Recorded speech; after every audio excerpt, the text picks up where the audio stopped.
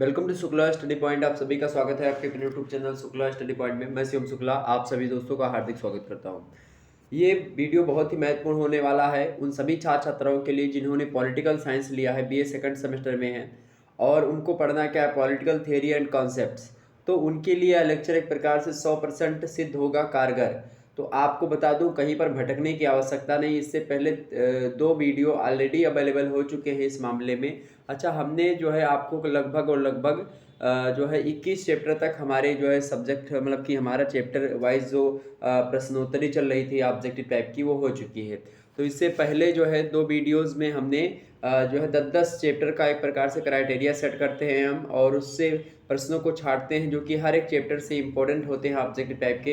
इसी हिसाब से मैं ये चला रहा हूँ और जल्द ही आपका ये जो है एक प्रकार से समाप्त होगा। तो लगभग 5 वीडियो आपकी होगी इस प्रकार से। इसमें पूरे के पूरे आपका चैप्टर जो होगा उसको समाहित करने का प्रयास किया जाएगा। मैं सभी पर नंबरिंग कर दूंगा और सीरियल से सारी चीज़ों को डिनोट कर दूंगा, तो आप वो सब पा जाएंगे और अच्छे तरीके से देख लीजिएगा। ओके, मैं नंबरिंग करवा दूंगा, ठीक है, कि जो 1 कौन है, 2 कौन है, 3 कौन है, 4 कौन है, ताकि आपकी परीक्षा में आपके अंक अच्छे आएँ। बस यही पाँचों वीडियो आप देख लें। और एक मॉडल पेपर और इससे जो है और अवेलेबल करवा दिया है। 2 लिखित वाले मॉडल पेपर अवेलेबल है, आप प्लेलिस्ट में सारी वीडियोस को देख लीजिएगा।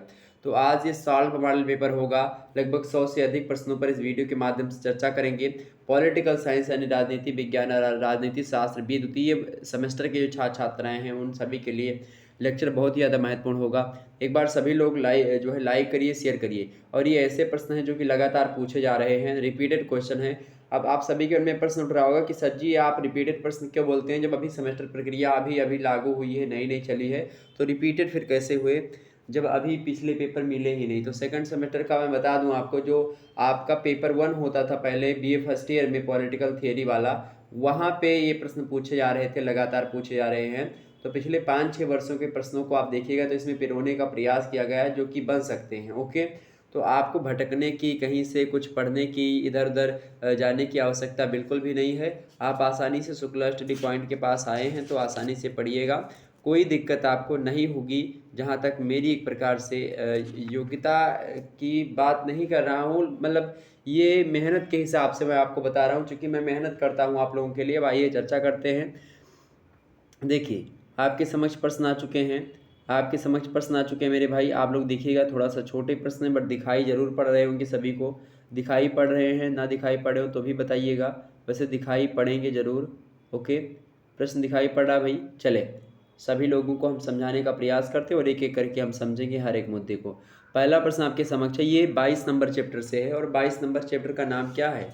22वें चैप्टर का नाम है आपके व्यक्तिवाद। तो व्यक्तिवाद के बारे में हम चर्चा करेंगे। व्यक्तिवाद से कौन कौन से प्रश्न आते हैं, उन सभी चीज़ों के बारे में। वहीं फिर एक प्रकार से इंडिविजुअलिज्म जिसको कहा जाता है, इंडिविजुअल माने होता है व्यक्तिवाद या फिर व्यक्ति, और मतलब जिसमें लास्ट में हम क्या जोड़ देते हैं, इज्म जोड़ देते हैं, ठीक है, आईएसएम जोड़ देते हैं। तो आईएसएम माने होता है विचारधारा, ठीक है।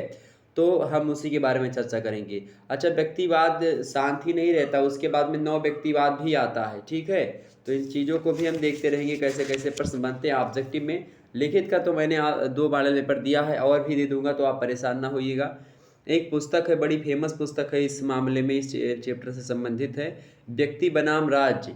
व्यक्ति बनाम राज्य, वैसे व्यक्ति बनाम राज्य ही पुस्तक का नाम है। ये पुस्तक किसने लिखी है? बड़े फेमस लेखक हैं, आप सभी को पता होगा, सोशियोलॉजी में उनका नाम आता है। तो वो व्यक्ति हैं स्पेंसर। स्पेंसर महोदय जो है व्यक्ति बनाम राज्य नामक पुस्तक लिखते हैं और भाई बड़ी फेमस पुस्तक है और इसी से संबंधित है। ओके, ये बात ध्यान रखिएगा। चलिए हम देखते हैं आखिरकार प्रश्न क्या है। प्रश्न है कि ऐसा कौन सा विचारक है जिसने डार्विन के विकासवाद के जीवशास्त्र सिद्धांत के आधार पर व्यक्तिवाद का समर्थन किया? अभी अभी मैंने किसका नाम लिया है? अभी अभी मैंने किसका नाम लिया भैया? मैंने किसका नाम लिया है? स्पेंसर का नाम लिया। स्पेंसर कहीं पर दिख रहे हैं? हर्बर्ट स्पेंसर, जी हाँ, आप सोशियोलॉजी में पढ़ते हैं इनको। ऐसा यही विचारक हैं हर्बर्ट स्पेंसर, जिन्होंने डार्विन का जो विकासवादी सिद्धांत है, डार्विन का जो विकासवादी सिद्धांत है वो जीवशास्त्रीय सिद्धांत है, और इसी के आधार पर जो इस हर्बर्ट स्पेंसर है, इन्होंने व्यक्तिवाद का क्या किया? समर्थन किया। आप देखेंगे जो डार्विन का विकासवादी सिद्धांत है उसमें देखेंगे किस प्रकार से विकास हुआ है, किस प्रकार से विकास हुआ है, एक प्रकार से पृथ्वी पर पहले जानवर कैसे थे, जलवायु परिवर्तन कैसे हुआ। जैसे जिराफ का एक उदाहरण देते हैं, डार्विन और लैमार्कवाद आपने पढ़ा होगा बचपन में, यानी कक्षा 10 में। आप जब क्लास 10 में थे तो 10th में आपको साइंस भी पढ़नी पड़ती थी, तो वहाँ पर आपने ज़रूर देखा होगा।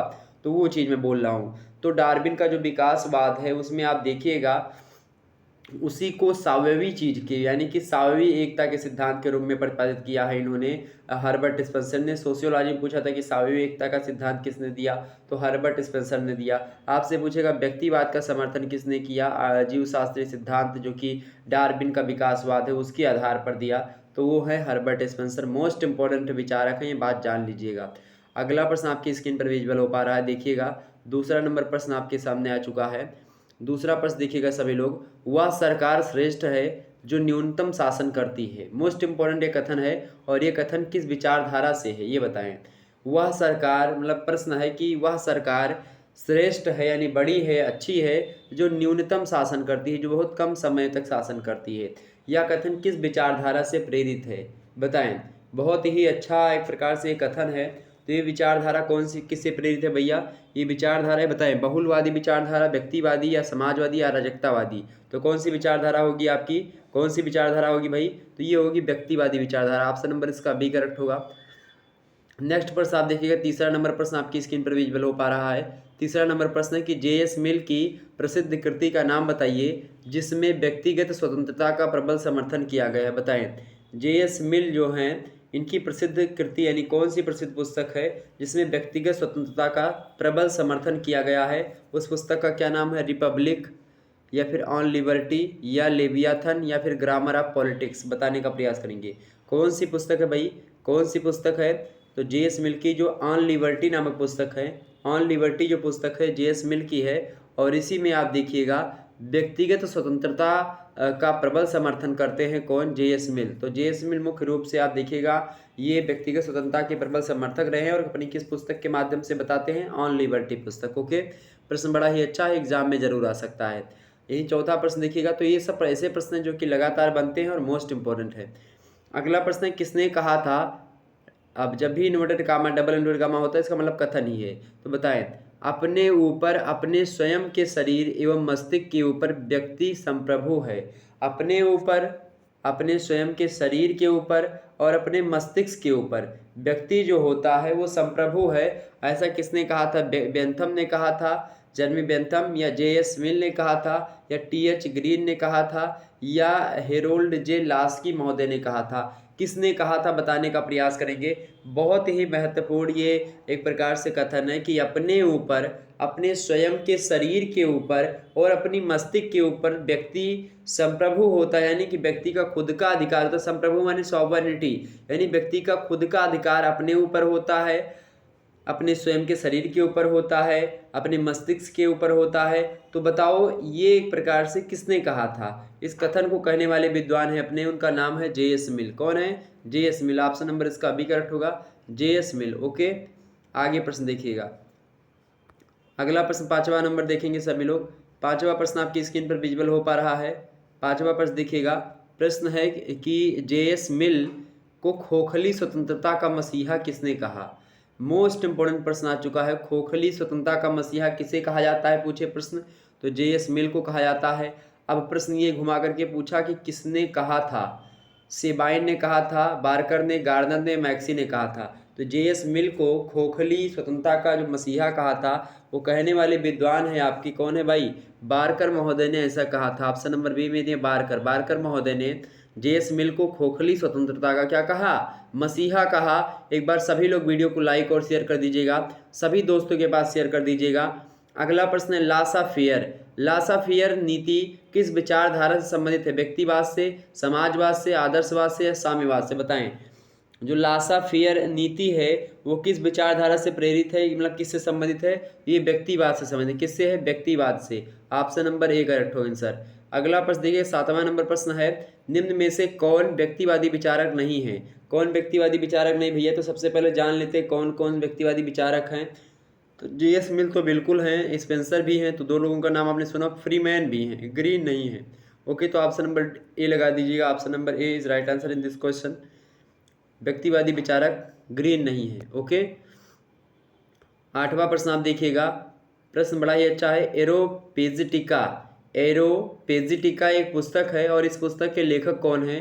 तो ये बात ध्यान रखिएगा। अच्छा, पुस्तकों के नाम को आप नोट्स बनाते हुए चलिएगा, इसको लिख लीजिएगा। एग्जाम में की दृष्टि से पुस्तकें फेमस होती हैं, तो सभी पुस्तकों को बना लीजिएगा एक प्रकार से।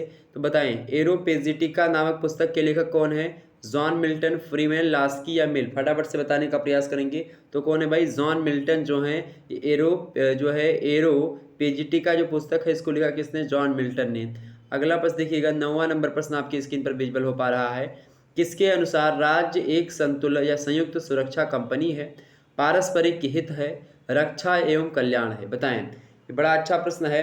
प्रश्न है कि किसके अनुसार राज्य एक संयुक्त सुरक्षा कंपनी होती है या संयुक्त सुरक्षा कंपनी है, पारस्परिक हित, रक्षा एवं कल्याण है? ये किसने कहा था राज्य के बारे में? ऐसा विचार किसका है? जेम्स मिल का है option A, option B Spencer का है, सी फ्रीमैन का है, या फिर डी बेंथम का है? फटाफट से बताएं। तो करेक्ट आंसर होगा ऑप्शन नंबर बी, स्पेंसर महोदय ने ऐसा कहा था। अगला प्रश्न देख लीजिएगा आपके समझ, 10वां नंबर, व्यक्तिवाद से। बस 10 क्वेश्चन मैंने व्यक्तिवाद से रखे जो कि बहुत महत्वपूर्ण थे।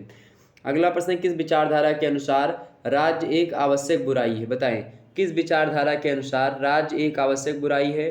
तो किस विचारधारा के अनुरूप है, किस विचारधारा के अनुसार? पढ़ क्या रहे हैं? व्यक्तिवाद। तो व्यक्तिवाद विचारधारा जो है इसके अनुसार राज्य क्या है? एक आवश्यक बुराई है। तो व्यक्तिवाद व्यक्ति यानी पर्टिकुलर व्यक्ति पर फोकस करता है। ओके, तो व्यक्तिवाद क्या है? एक मतलब राज्य एक आवश्यक बुराई है, व्यक्तिवाद ऐसा मानता है। अब जो अगला चैप्टर आपका आएगा 23 नंबर, उसमें हम क्या नाम है 23 नंबर चैप्टर का आपके? उसके चैप्टर का नाम है आपके मेरे भाई, उसका नाम है अराजकतावाद। अराजकतावाद, ठीक है। अराजकतावाद के बारे में मैंने आपको बताया भी होगा। अराजकतावाद मतलब होता है कि मानवीय जीवन तथा समाज में राज्य के महत्व तथा स्थान के संबंध में जो विविध सारी विचारधाराएं प्रचलित रही हैं, उनमें अराजकतावाद जो है एक अत्यंत महत्वपूर्ण एवं प्रभावशाली विचारधारा है। और एक ऐसी विचारधारा है अराजकतावाद जो राज्य सत्ता तथा सभी प्रकार के जो राजनीतिक, सामाजिक या धार्मिक नियंत्रण होते हैं उनका उपहास करके एक वास्तविक राजविहीन, वर्गविहीन, नियंत्रण विहीन समाज की स्थापना का आदर्श प्रस्तुत करती है। यानी न तो कोई राज्य होगा, ना कोई वर्ग होगा, ना किसी पर किसी का नियंत्रण होगा, समाज एक प्रकार से स्वतंत्र होगा और इसी समाज की स्थापना करता है अराजकतावाद। ये बात ध्यान रखिएगा। अराजकता शब्द की उत्पत्ति वैसे हुई ग्रीक शब्द अनार्किया से हुई है, जिसका शाब्दिक अर्थ होता है शासन का अभाव। क्या अर्थ होता है? शासन का अभाव, यानी जहाँ पर शासन प्रशासन की कमी या अभाव होता है वहीं अराजकता फैलती है। ओके, अराजकता के लिए बहुत सारे विद्वान अलग अलग परिभाषा देते हैं। वैसे अराजकता दो प्रकार की, एक तो व्यक्तिवादी अराजकता होती है, एक साम्यवादी होती है। हम चर्चा करेंगे ऑलरेडी इन सभी मुद्दों पर। अराजकता का विकास कैसे कैसे होता है, इसके साधन कौन कौन से हैं। इसके अलावा अराजकता की कई सारी विद्वानों ने आलोचनाएं भी की हैं। इसका लक्षण ये है अराजकतावाद का कि मानव की अच्छाई में विश्वास रखता है अराजकतावाद। राज्य एक आवश्यक बुराई है, अराजकतावाद मानता है। ठीक है, इसके अलावा आप देखेंगे जो है व्यक्तिगत संपत्ति और पूंजीवाद का विरोध करता है। अराजकतावाद जो था सभी बराबर हों ऐसा ये कहता है। धार्मिक पाखंडों की निंदा करता है अराजकतावाद। इसके अलावा तमाम प्रकार की विचारधाराएं इसकी, यानी राज्य विहीन, वर्ग विहीन समाज की स्थापना करने का लक्ष्य होता है इसका। इसके अलावा इसकी आलोचना विद्वानों ने करी कि अराजकतावाद जो होता है, अराजकतावादी दर्शन अत्यधिक मतलब इनका दर्शन जो होता है अत्यधिक आदर्शवादी टाइप का दर्शन होता है। आइडियलिज्म के सिद्धांत पर चलने वाले होते हैं और मानव स्वभाव का चित्रण एकांगी लोग करते हैं। राज्य एक दुर्गुण नहीं, सभ्य जीवन की अनिवार्य दशा होती है। ये लोग राज्य को एक आवश्यक बुराई मानते हैं। तो ये तमाम प्रकार की अराजकतावादियों का इतिहास आप देखेंगे तो इनका त्रुटिपूर्ण इतिहास रहा है। ओके, ये लोग थोड़े से चीज़ों को उठाए और उसी के हिसाब से विचारधारा बना दी। तो ये तमाम सारी चीज़ें हैं जो कि इम्पोर्टेंट थी। देखिए, प्रश्न आपके समक्ष है, किसके अनुसार राज्य एक आवश्यक बुराई है? बताओ। मैंने बताया था तो किसके अनुसार राज्य एक आवश्यक बुराई है? किसके अनुसार भाई? अराजकतावाद कहता है कि राज्य क्या है? एक आवश्यक बुराई है। ऑप्शन नंबर इसका भी मैंने पहले ही बता दिया। अगला प्रश्न आप देखिएगा, किस विचारक के अनुसार प्रत्येक प्रकार की संपत्ति चोरी है? किस विचारक के अनुसार प्रत्येक प्रकार की जो संपत्ति है चोरी होती है? प्रमोदा के अनुसार, या फिर बाकुनिन के अनुसार, बेंथम के अनुसार, या थॉमस मोर ने ऐसा कहा था? बताएं किस विचारक ने कहा कि प्रत्येक प्रकार किस विचारक के अनुसार प्रत्येक प्रकार की जो संपत्ति होती है वो चोरी होती है? तो ऐसा मानने वाले विचारक हैं कौन? प्रौधा महोदय। ऑप्शन नंबर इसका ए करेक्ट होगा। अगला प्रश्न देखिएगा। अगला प्रश्न आपके स्क्रीन पर विजुअल हो पा रहा है। किस विचारधारा ने प्रत्येक प्रकार की सत्ता का विरोध किया? बताने का प्रयास करें।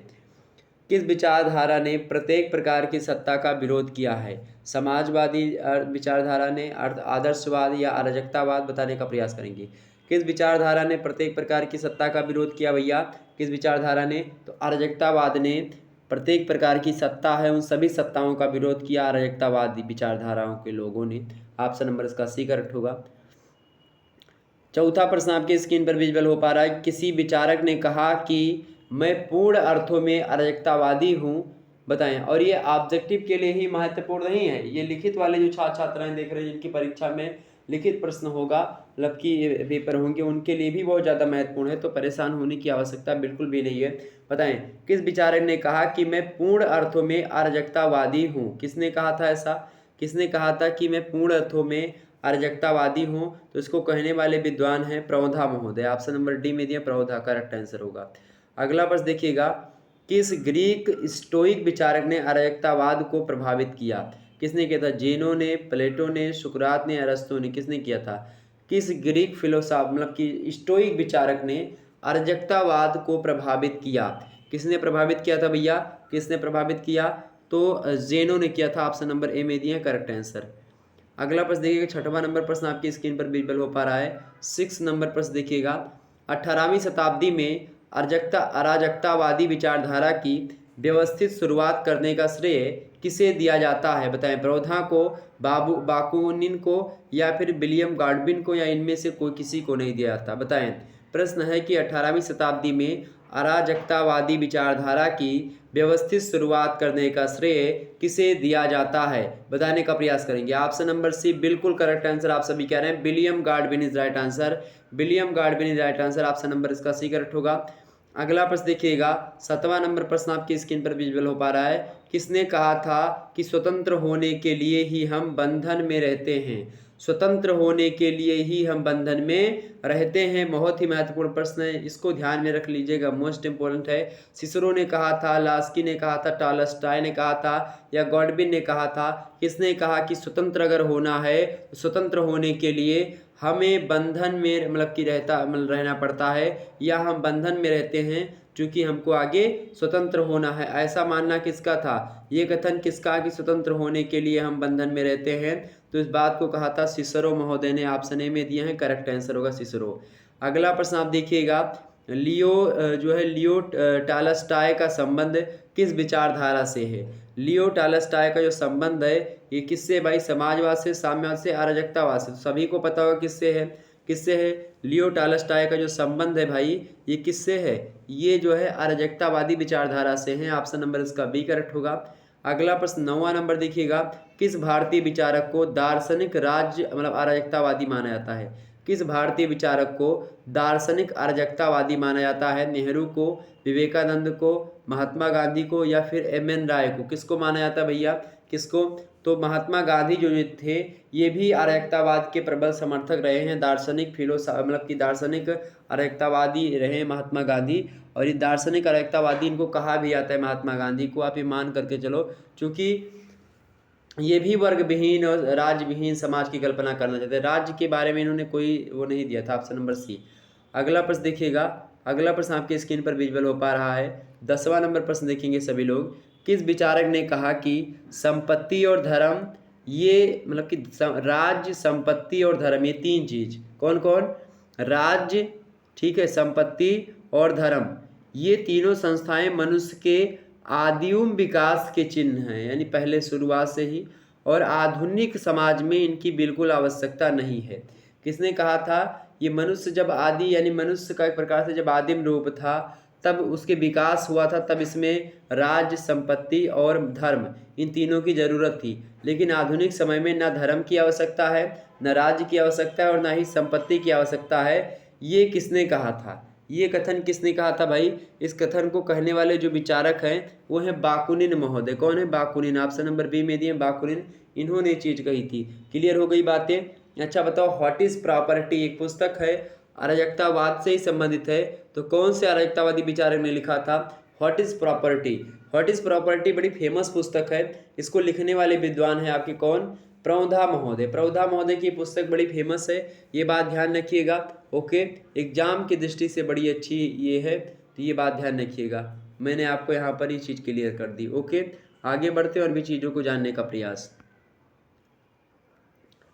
तो ये अब आपका अराजकतावाद से एक भी प्रश्न आपका छूटेगा नहीं, जितने प्रश्न आएंगे सब यहीं से आएंगे। 2 से 3 बार आप वीडियोस को देख लेंगे, हो जाएगा। अगला प्रश्न है, फ्रांस के काल्पनिक समाजवादियों में उल्लेखनीय नाम है, बताने का प्रयास करेंगे। सभी लोग बताइएगा, फटाफट से बताने का प्रयास करेंगे। अच्छा, अब आपका चैप्टर कौन सा आएगा? 24 नंबर चैप्टर, 24वां चैप्टर जो है आपका 24 नंबर चैप्टर। इसमें आप देखिएगा, इसका नाम क्या है? सोशलिज्म, समाजवाद के बारे में आपको पढ़ना है। समाजवाद की अगर बात की जाए तो वर्तमान समय का सबसे अधिक लोकप्रिय शब्द जो माना जाता है वो समाजवाद माना जाता है, सोशलिज्म। ओके, और इस शब्द का प्रयोग सबसे पहले कब हुआ था? 1827 ईस्वी की बात है मेरे प्यारे दोस्तों। सन 1827 ईस्वी में रॉबर्ट ओवन के विचारों का प्रचार करने के लिए एक पत्रिका स्थापित की गई थी। उस पत्रिका का नाम था ओ नाइट कोऑपरेटिव। ओ नाइट कोऑपरेटिव जो पत्रिका आई, इसी के बाद से आप देखिएगा समाजवाद धीरे धीरे प्रचलन होता है। और उसके बाद में 1835 ईस्वी में रॉबर्ट ओवन की अध्यक्षता में ही स्थापित होता है सब राष्ट्रों के सब वर्गों के समुदाय, यानी association of all classes of all Nations, यानी कि सब राष्ट्रों के सब वर्गों के समुदाय। एक इन्होंने क्या किया, एक प्रकार से इन्होंने रॉबर्ट ओवन ने ही 1835 ईस्वी में इसकी अध्यक्षता करी और स्थापित किया इसको। और समाजवाद और समाजवादी शब्दों का प्रयोग जो है 1835 ईस्वी में आकर के इन लोगों ने किया। और इसी के बाद से आप देखिएगा, इसके तुरंत ही बाद एक फ्रांसीसी लेखक आते हैं, उनका नाम है रेबांद। और रेबांद महोदय ने अपनी रचना, उनकी रचना कौन सी है? रिफॉर्मेशन मॉडर्नर, मॉडर्नर या मॉडर्नर। ओके, तो रिफॉर्मेशन मॉडर्नर जो है इन शब्दों का खूब प्रयोग करते हुए और व्यापक रूप से प्रचलित किया समाजवाद को। तो समाजवाद निश्चित तौर पर आपको पता होगा, समाजवाद की परिभाषा को देते हुए प्रोसी ई.एम. जोड कहते हैं कि संक्षेप में समाजवाद एक ऐसे टोप की तरह होता है जिसकी आकृति भंग हो गई हो, क्योंकि प्रत्येक ने इसे धारण करने का प्रयत्न किया है। तो एक ऐसी टोपी समझ ली समाजवाद को कि सभी लोग समाजवाद की टोपी पहनना चाह रहे हैं। तो इसीलिए क्या हो रहा है, समाजवाद धीरे धीरे दबता हुआ चला जा रहा है। और ख़ास करके आप देखिएगा, समाजवाद की बात की जाए तो इसको बताते हुए रापोर्ट महोदय इसके बड़े अच्छे तरीके से लिखते हैं। कहते हैं कि यदि मुझसे पूछा जाए कि क्या मैं समाजवादी हूँ, रापोर्ट महोदय कहते हैं, रापोर्ट महोदय कि यदि मुझसे पूछा जाए कि क्या मैं समाजवादी हूँ, तो मैं स्पष्ट उत्तर दूंगा कि मुझे मालूम नहीं कि मैं समाजवादी हूँ या नहीं हूँ। यह सब इस बात पर निर्भर करता है कि कोई व्यक्ति समाजवाद से क्या समझता है। ये नहीं कहते हैं, ये कहते हैं कि यदि मुझसे कोई पूछेगा कि क्या मैं समाजवादी हूँ, तो मैं स्पष्ट रूप से कहूँगा, स्पष्ट रूप से उत्तर दूंगा कि मुझे मालूम नहीं। यह सब इस बात पर डिपेंड करता है, निर्भर करता है कि कोई व्यक्ति समाजवाद से क्या सीखता है, क्या समझता है, इस प्रकार से। तो समाजवाद आप देखिएगा सोशलिज्म शब्द से बना है। सोशलिज्म शब्द की उत्पत्ति आप देखिए सोशियस शब्द से हुई है। सोशियस माने समाज होता है, तो इसमें समाज को एक प्रकार से आगे बढ़ाने की सोच रखती है। तो इस प्रकार से समाजवाद होता है। हम चर्चा करेंगे किसी दिन समाजवाद पर। ओके, परेशान मत होइएगा। आइए हम थोड़ा सा प्रश्नों पर चर्चा कर लेते हैं और जानते हैं कौन कौन से प्रश्न आपके इस चैप्टर से इम्पोर्टेंट हैं। पहला प्रश्न आप देखिएगा, फ्रांस के काल्पनिक समाजवादियों में उल्लेखनीय नाम है, बताने का प्रयास करिएगा। फ्रांस के समाजवादियों में उल्लेखनीय नाम किसका किसका भाई बताने? सेंट साइमन, चार्ल्स साल, रॉबर्ट ओवन और प्रोंधो, बताने का प्रयास करेंगे। करेक्ट आंसर इसका क्या होगा? करेक्ट आंसर इसका क्या होगा? सेंट साइमन जो हैं फ्रांस के काल्पनिक समाजशास्त्रियों में आते हैं, उनका नाम उसी में आता है। ओके, एक पुस्तक है न्यू एटलांटिस। न्यू एटलांटिस पुस्तक के लेखक कौन है? तो फ्रांसिस बेकन जो हैं, फ्रांसिस बेकन न्यू एटलांटिस पुस्तक के लेखक है। और इसमें समाजवाद के बारे में आप देख सकते हो। ओके, ये बात ध्यान रखिएगा। क्लियर हो गई बातें? ये पुस्तक ध्यान रखिएगा, एग्जाम पढ़ना से बढ़िया पुस्तक है। ठीक है, एक यूटोपिया पुस्तक भी, यूटोपिया थॉमस मोर की है, ये भी इंग्लिश लिटरेचर हैं, इंग्लिश लिटरेचर में पुस्तक आप देखते होंगे यूटोपिया। ओके, चले। फ्रांस के काल्पनिक समाजवादियों में उल्लेखनीय नाम किसका है भाई? किसका है तो मैंने क्या बताया? सेंट साइमन का। ऑप्शन नंबर ए में दिए करेक्ट आंसर होंगे। अगला प्रश्न देखिएगा, अगला प्रश्न आपकी स्क्रीन पर आ चुका है। निम्न में से कौन सा ग्रंथ साम्यवाद की बाइबल माना जाता है? कौन सा ग्रंथ, इनमें से कौन सा ग्रंथ साम्यवाद की बाइबल माना जाता है? बताएं। दास कैपिटल, या कम्युनिस्ट मैनिफेस्टो, या ग्रामर ऑफ पॉलिटिक्स, या एक प्रकार से मार्क्सिज्म जो है आफ्टर मार्क्स। मार्क्सिज्म यानी जो है मार्क्सवाद, आफ्टर माने बाद में, किसके? मार्क्स के, कार्ल मार्क्स के बाद में जो मार्क्सवादी विचारधारा है वो बताने का प्रयास। समाजवाद की बाइबल किसे माना जाता है? तो समाजवाद की बाइबल दास कैपिटल जो पुस्तक है, दास कैपिटल जो पुस्तक है, इसको समाजवाद की क्या माना जाता है? सॉरी, साम्यवाद की बाइबल माना जाता है। ऑप्शन नंबर ए करेक्ट है। मोस्ट इंपॉर्टेंट प्रश्न है, तो ये सब प्रश्न आप ध्यान रखिएगा। अगला प्रश्न देखिएगा, बहुत ही इंपॉर्टेंट ये कथन है, सोशियोलॉजी में बार बार मैंने बताया इसको, ये कथन सभी को पता होगा, सभी लोग आंसर दीजिएगा। धर्म जनता के लिए अफीम है, यह कथन किसका है? बताएं। धर्म जनता के लिए अफीम है, यह कथन किसका है? कार्ल मार्क्स का है, मुसोलिनी का है, बेंथम का है, या हिटलर का है? धर्म जनता के लिए अफीम है, या कहने वाले विद्वान है भाई कौन? कार्ल मार्क्स ने ही कहा था कि धर्म जो होता है जनता के लिए क्या है? अफीम है। ऑप्शन नंबर इसका ए करेक्ट होगा। नेक्स्ट प्रश्न आप देखिएगा, समाजवाद तथा साम्यवाद के विषय में निम्नलिखित में से कौन सा कथन सत्य है? आइए मैं कथनों को पढ़ता हूं और जानता हूं कौन से कथन सत्य हैं और कौन से कथन असत्य हैं। देखिए, पहला कथन आपके समक्ष है, समाजवाद और साम्यवाद दोनों उत्पादन व वितरण के साधनों का समाजीकरण करना चाहते हैं। तो बिल्कुल करना चाहते हैं, यही कथन आपका सत्य होगा। बाकी दोनों क्रांतिकारी व हिंसक साधनों पर विश्वास रखते नहीं रखते हैं, दोनों राय धीरे धीरे लोप के और सहमत है नहीं, दोनों वर्ग संघर्ष में विश्वास करते तो हैं, लेकिन वर्ग संघर्ष में विश्वास नहीं करते, वर्ग संघर्ष का विरोध करते हैं लोग। ठीक है, ऑप्शन नंबर ए करेक्ट होगा। दोनों उत्पादन व वितरण के साधनों का समाजीकरण करना चाहते हैं, यानी कि उत्पादन के साधन जो है और वितरण के साधन, इस पर गरीब का या किसी भी वर्ग के हिसाब से किसी को ना मिले, सभी पर समान रूप से मिले। अगला प्रश्न है, निम्नलिखित विचारकों में से कौन काल्पनिक समाजवादी है? बताएं, सभी लोग बताने का प्रयास करिएगा। प्रश्न है कि निम्नलिखित विचारकों में से कौन काल्पनिक समाजवादी है? तो काल्पनिक समाजवादी कौन है भाई? तो टॉमस मोर भी काल्पनिक समाजवादी है, सेंट साइमन भी है, और चार्ल्स फूरियर भी है। ऑप्शन नंबर डी करेक्ट होगा, D option is right answer. Okay, ऊपर सभी। अगला प्रश्न देखिएगा, मार्क्स के संबंध में कौन सा कथन असत्य है इनमें से? तो जानें कि सबसे पहले कौन कौन से सत्य होंगे। तो सत्य इनमें से भाई 3 तो सत्य होंगे और एक ही असत्य होगा। पढ़ते हैं। पहला है, मार्क्स के संबंध में कौन सा कथन असत्य है? पूंजीवाद में उसके विनाश के बीच, मतलब कि पूंजीवाद में उसके विनाश के बीच, मतलब कि बीज जो हैं वो निहित हैं, ये बिल्कुल ये मार्क्स से संबंध रखते हैं, ये गलत नहीं होगा। पूंजीवाद मानव विकास की अंतिम अवस्था है, बिल्कुल है। इसके अलावा अब तक मानव समाज का इतिहास वर्ग संघर्ष का इतिहास रहा, ये भी कार्ल मार्क्स ने नहीं कहा था। आदिम साम्यवादी अवस्था में भी वर्ग संघर्ष विद्यमान था, ये किसने कहा? ये एक प्रकार से आप देखिएगा, ये नहीं कहा। D option is right answer होगा, ये असत्य है। तो मार्क्स के संबंध में यही कथन असत्य है, ऑप्शन नंबर जो डी में दिया है। अगला प्रश्न देखिएगा, अगला प्रश्न, किसने समाजवाद के एक संगठित लुटेरापन माना जाता है?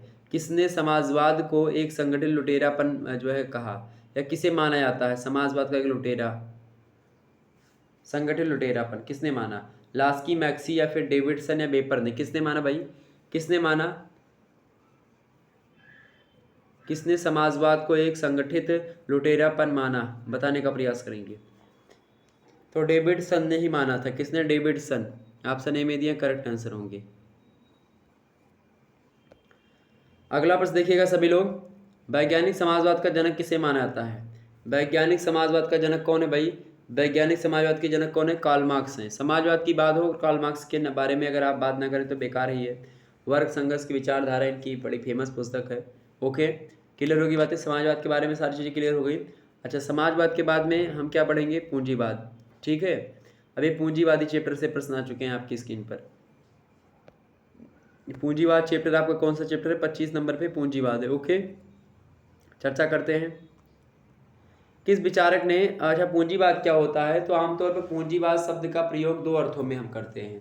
पहला एक विशिष्ट विचारधारा के रूप में करते हैं, और दूसरा विचारधारा पर आधारित अर्थव्यवस्था के रूप में हम पूंजीवाद का प्रयोग करते हैं। साधारण भाषा में पूंजीवाद को एक ऐसी विचारधारा माना जाता है जो कि उत्पादन और वितरण के साधनों पर, अर्थात सभी प्रकार के जो आर्थिक साधन हैं या पैसे कमाने वाले संसाधन हैं उन पर सरकारी नियंत्रण की बजाय कोई पर्सनल व्यक्ति नहीं, कोई निजी नियंत्रण में जो है एक प्रकार से कहीं ना कहीं पे आप देखिएगा पूंजीवाद में क्या होता है, जैसे कि उत्पादन के साधन, वितरण के साधन, इन पर क्या होता है, बड़े बड़े लोग जो होते हैं उनका हाथ हो जाता है, यानी कि जिनके पास पैसा है वो मालिक हो जाते हैं, यानी सरकार का हाथ ना होकर के उत्पादन के साधनों पर, उत्पत्ति के साधनों पर, उस पर किसी निजी स्वामित्व हो जाता है, पर्सनल व्यक्ति का हो जाता है, और बाकी लोग गरीब रहते हैं, अमीर लोग ही प्रभुत्व स्थापित करते हैं इसमें। तो ये पूंजीवाद होता है, कैपिटलिज्म जिसको कहा जाता है अंग्रेजी में, कैपिटलिज्म। ओके, ये बात ध्यान रखिएगा।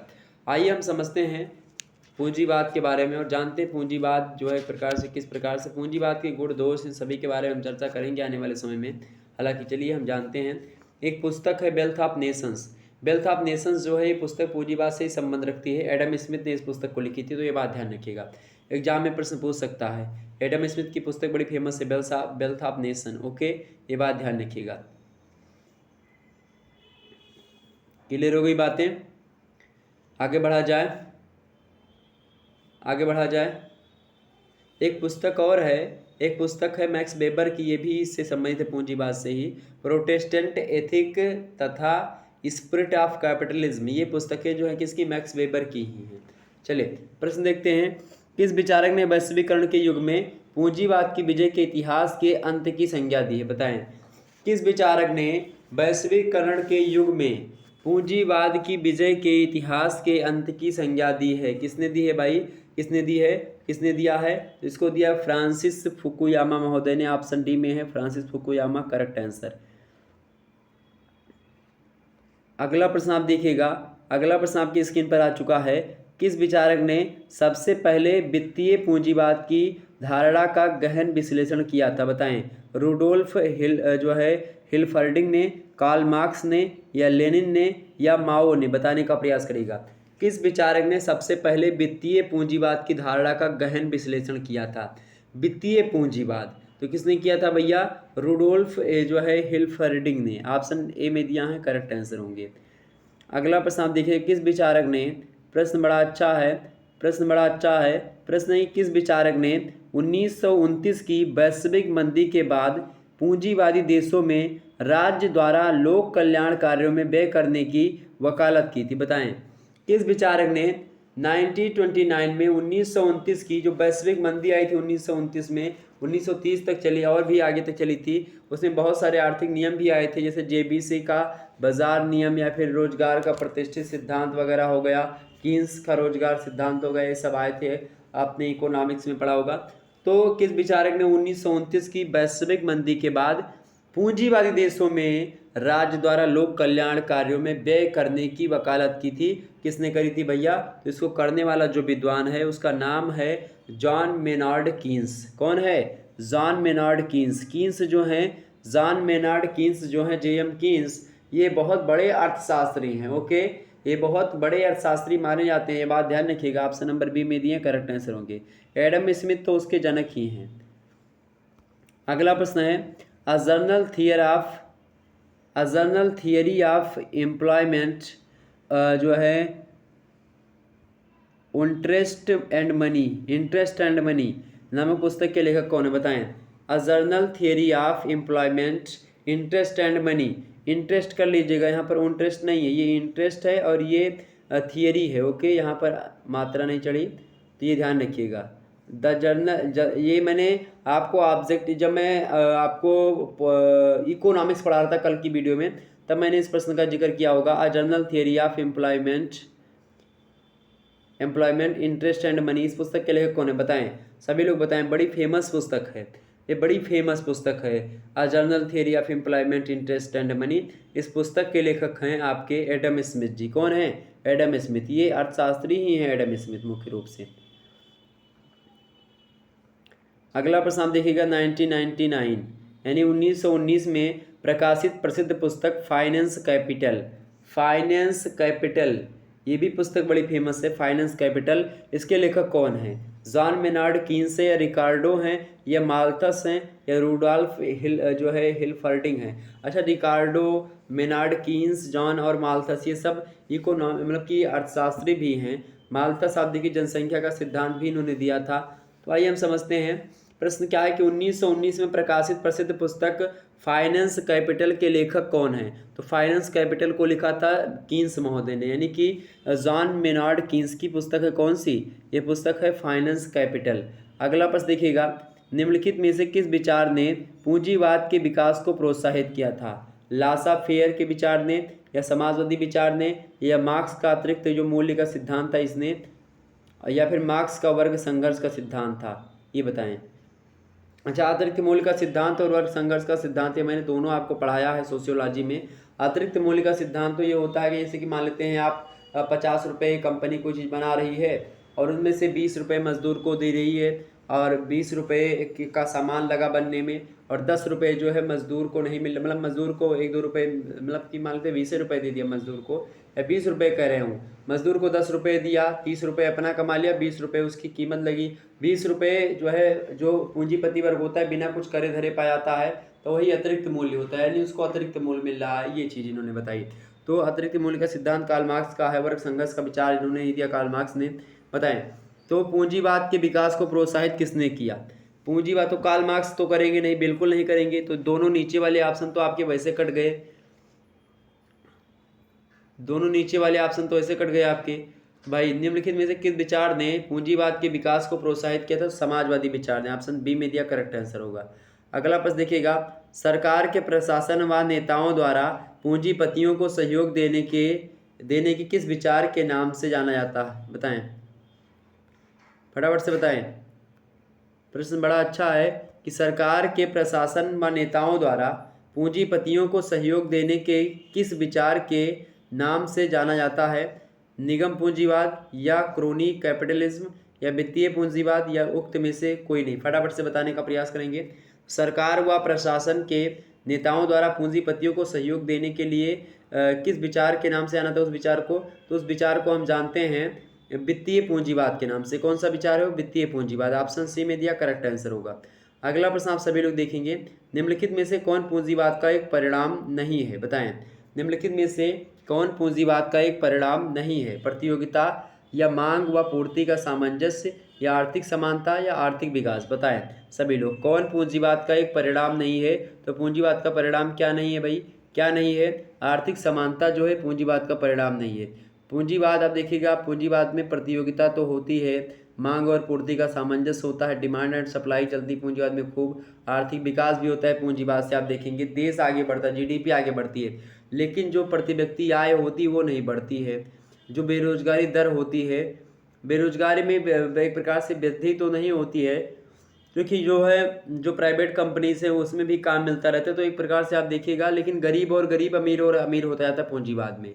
ओके, तो करेक्ट आंसर इसका क्या होगा? करेक्ट आंसर क्या होगा इसका? आर्थिक समानता। ओके, तो पूंजीवाद का परिणाम आर्थिक समानता नहीं है, ऑप्शन नंबर सी।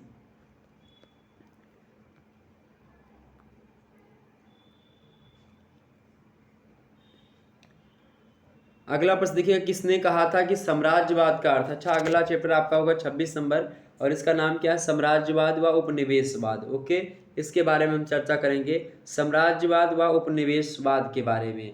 वैसे साम्राज्यवाद और उपनिवेशवाद की तुलना एक ऐसे टोप से की जाती है जिसे कोई भी पहन लेता है, अतः मतलब उसका रूप, आकार, अर्थ सुनिश्चित नहीं रह गया है। इसका प्रयोग इतने व्यापक रूप से किया जाता है कि इसके अंतर्गत लगभग प्रत्येक प्रकार की जो विस्तारवादी प्रक्रिया है वो सारी की सारी आ जाती हैं, और इसलिए इसको शब्दों में प्रकट करना, स्पष्ट करना एक प्रकार से जटिल काम है, कठिन काम है। विद्वानों ने एक प्रकार से साम्राज्यवाद की परिभाषा को देते हुए कहा, चार्ल्स ए बेयर्ड कहते हैं कि साम्राज्यवाद वह होता है जिसमें एक राष्ट्र की सरकार और कूटनीतिक मशीनरी दूसरी जाति के लोगों के प्रदेशों, रक्षित राज्यों तथा प्रभाव क्षेत्रों को प्राप्त करने के लिए प्रयत्नशील होकर के औद्योगिक, व्यापारिक एवं धन लगाने के अवसरों को बढ़ाने का कार्य करती है, वो साम्राज्यवाद होता है। उपनिवेशवाद वो होता है जैसे कि इंग्लैंड जो था वो ये साम्राज्यवादी नीति पर ही चल रहा था। आप देखेंगे ये दूसरे राज्यों पर अपनी शक्ति थोप करके वहाँ पर अपना शासन करना चाहता था, वहाँ से पैसा कमाना चाहता था, तो ये था एक प्रकार से विचारधारा। ओके, आगे बढ़ा जाए, आगे बढ़ा जाए, चलें। प्रश्न आपके समक्ष है, किसने कहा था कि साम्राज्यवाद का अर्थ गैर यूरोपीय जातियों पर उनसे सर्वदा जो है भिन्न यूरोपीय देशों के शासन से है? बताएं किसने कहा था? किसने कहा था कि साम्राज्यवाद का अर्थ गैर यूरोपीय जातियों पर उनसे सर्वथा यानी सर्वथा भिन्न यूरोपीय देशों के शासन से है? ये कहा था किसने? इसको कहने वाले पार्टर टी मून। किसने कहा था? पार्टर टी मून। ऑप्शन ए में दिया करेक्ट आंसर होगा। अगला प्रश्न देखिएगा, आपके समझ आ चुका है। दूसरा नंबर प्रश्न देखिएगा, इम्पीरियलिज्म मतलब कि इम्पीरियलिज्म जो होता है, मतलब कि एक पुस्तक है imperialism the highest state of capitalism, ठीक है। और इम्पीरियलिज्म मतलब क्या होता है? इम्पीरियलिज्म मतलब क्या होता है? साम्राज्यवाद ही होता है, ठीक है। ये बात ध्यान रखिएगा। तो बताएं ये पुस्तक किसने लिखी है? इस पुस्तक के लेखक कौन है? इस पुस्तक के लेखक है मेरे भाई, उनका नाम है आपका लेनिन। लेनिन ने पुस्तक लिखी थी, बड़े फेमस है लेनिन, ओके, इस पुस्तक को लिखने के बाद में।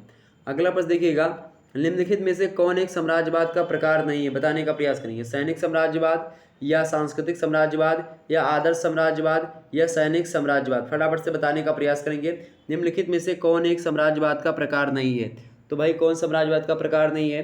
कौन साम्राज्यवाद का प्रकार नहीं है? आदर्श साम्राज्यवाद जो है ये साम्राज्यवाद का जो है प्रकार से क्या नहीं है? प्रकार नहीं है। सैनिक साम्राज्यवाद है, सांस्कृतिक साम्राज्यवाद है, सैनिक साम्राज्यवाद है, ये सब है, ओके, जबकि आदर्श साम्राज्यवाद नहीं है। अगला प्रश्न आप सभी लोग देखिए, चौथा नंबर प्रश्न आपकी स्क्रीन पर आ चुका है। किसने कहा था कि उन सभी क्षेत्रों को हम उपनिवेश कहेंगे जो एक विदेशी सत्ता द्वारा शासित हैं तथा जिसके निवासियों को सारे राजनीतिक अधिकार प्राप्त नहीं? बताने का प्रयास करेंगे। प्रश्न बड़ा अच्छा है। किसने कहा था कि उन सभी क्षेत्रों को हम उपनिवेश कहेंगे जो एक विदेशी सत्ता के द्वारा शासित हैं तथा जिनके निवेशियों को सारे राजनीतिक अधिकार प्राप्त नहीं हैं, उनको हम उपनिवेश कहेंगे? ऐसा किसने कहा था? तो ऐसा कहने वाले विद्वान है आर्गनेस्की। कौन है? आर्गनेस्की महोदय। ऑप्शन डी में दिए करेक्ट आंसर होगा। अगला प्रश्न देखिएगा, पांचवा नंबर प्रश्न है, the last stage of imperialism. बताएं इस पुस्तक के लेखक कौन है? The last stage of imperialism, इस पुस्तक के लेखक कौन है भाई? एन कुर्मा है या एम एन राय है, माओ है या लेनिन है? बताने का प्रयास करें सभी लोग। इसको लिखा था एन कुर्मा महोदय ने, the last stage of imperialism, okay, option number A correct होगा। अगला प्रश्न देखिए, छठवां नंबर प्रश्न है, निम्नलिखित में से कौन नव उपनिवेशवाद का एक लक्षण नहीं है? नव उपनिवेशवाद नया जो उपनिवेशवाद है इसका एक लक्षण कौन सा नहीं है? तो भाई कौन सा एक लक्षण नहीं, सबसे पहले जान लेते कौन कौन सा है। विदेशी कंपनियों का प्रभाव ये लक्षण होता है। इसके अलावा ऋण तथा विदेशी सहायता ये भी होता है। आर्थिक नीतियों पर अप्रत्यक्ष नियंत्रण ये भी होता है। राजनीतिक व्यवस्था पर प्रतिबंध नहीं लगाता नव उपनिवेशवाद, जबकि आप देखेंगे प्राचीन उपनिवेशवाद था वो लगाता था, राजनीतिक व्यवस्था पर भी नियंत्रण कर लेता था प्रत्यक्ष रूप से। भारत पर क्या था? संसद मतलब कि इंग्लैंड की संसद से कानून बन करके आता था। ये जो है एक प्रकार से तीन चीज़ें आप जो है, ये ऑप्शन नंबर बी है, यही करेक्ट आंसर होगा इस क्वेश्चन का। बाकी तीन इसके सही हैं, यानी एक लक्षण है, तीन लक्षण है। नव उपनिवेशवाद के तीन लक्षण है, बाकी 14 जो है बी वाला लक्षण नहीं है। सातवां नंबर प्रश्न देखिएगा आप सभी लोग, निम्नलिखित में से कौन उपनिवेशवाद का परिणाम नहीं है? आर्थिक शोषण या राष्ट्रीय आंदोलनों का उदय या उपनिवेशों का आर्थिक विकास या उक्त में से कोई नहीं? फटाफट से बताने का प्रयास करेंगे। निम्नलिखित में से कौन उपनिवेशवाद का परिणाम नहीं भैया?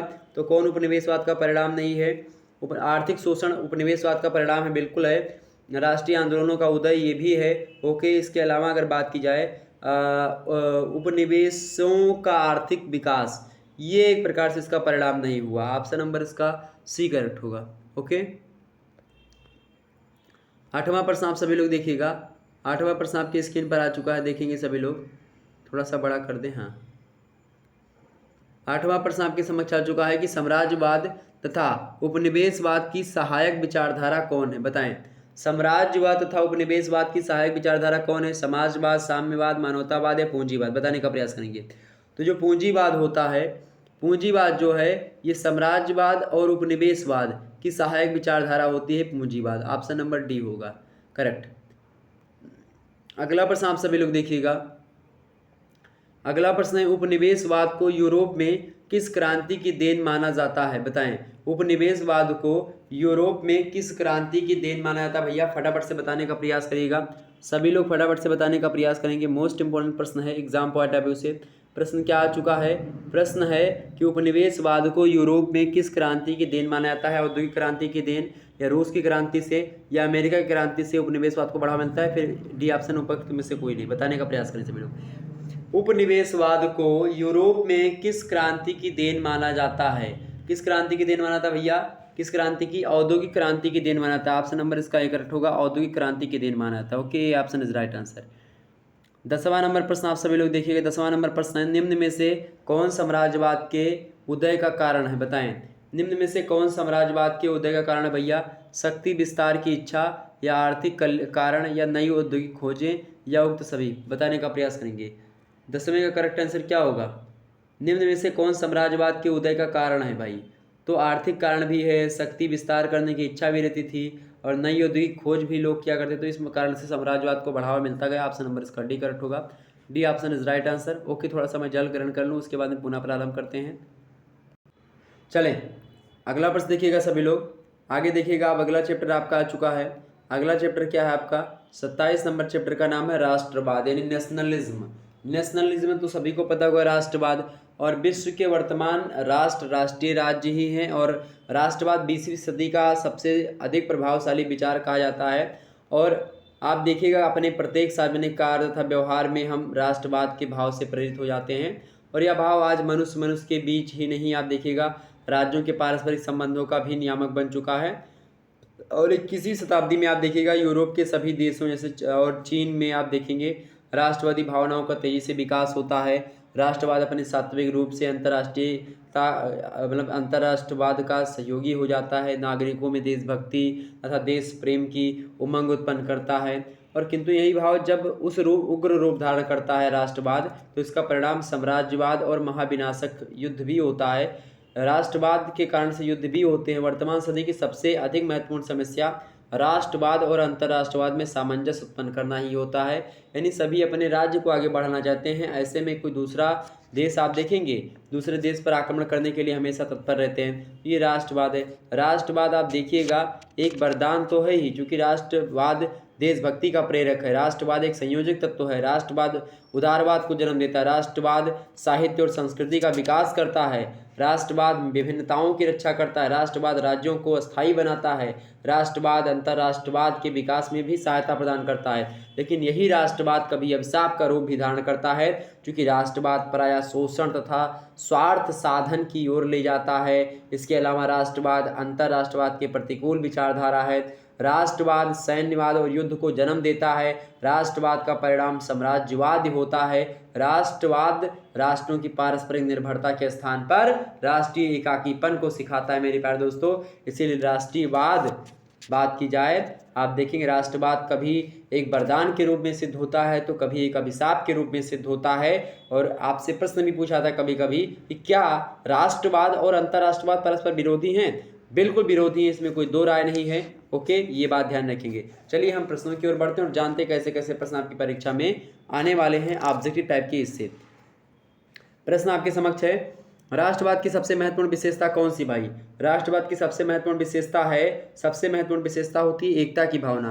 यानी कि भारत में आप देखिएगा राष्ट्रवाद जब आता है तो हिंदू मुस्लिम सिख ईसाई आपस में सब भाई भाई सभी लोग, तो एकता की भावना जो होती है राष्ट्रवाद की सबसे महत्वपूर्ण विशेषता होती है। ऑप्शन नंबर इसका बी करेक्ट होगा। नेक्स्ट प्रश्न आपके समक्ष आ चुका है, नेशनलिज्म एवं इंटरनेशनलिज्म। यानी जो नेशनलिज्म होता है राष्ट्रवाद, और जो इंटरनेशनलिज्म होता है यानी अंतर राज्यवाद।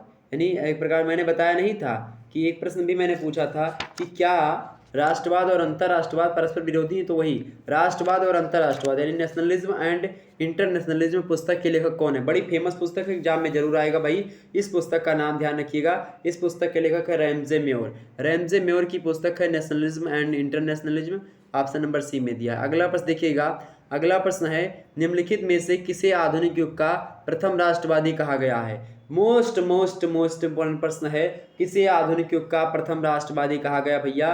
किसको कहा गया है? तो कहा गया मैकियावेली को। मैकियावेली को आधुनिक युग का प्रथम राष्ट्रवादी कहा जाता है। ऑप्शन नंबर डी में दिया है, करेक्ट आंसर होगा। अगला प्रश्न देखिएगा, लौ तथा रक्त की नीति का संबंध किससे है?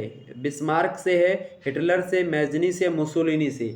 लौह तथा रक्त की नीति जो है इसका संबंध किससे है भाई, किससे इसका संबंध, तो इसका संबंध बिस्मार्क से है। ओके, जर्मनी का एकीकरण किसने किया था, बिस्मार्क ने किया था। ऑप्शन नंबर इसका ए करेक्ट होगा, लौह तथा रक्त की नीति का संबंध बिस्मार्क से है। अगला प्रश्न देखिएगा, अगला प्रश्न आपके समक्ष आ चुका है। देखें प्रश्न है, सभी लोग उत्तर देने का प्रयास करिएगा। प्रश्न है, किसने कहा था कि राष्ट्रीयता मेरे लिए एक राजनीतिक प्रश्न बिल्कुल नहीं है, आवश्यक रूप से यह एक आध्यात्मिक प्रश्न है। मोस्ट इम्पोर्टेंट प्रश्न है।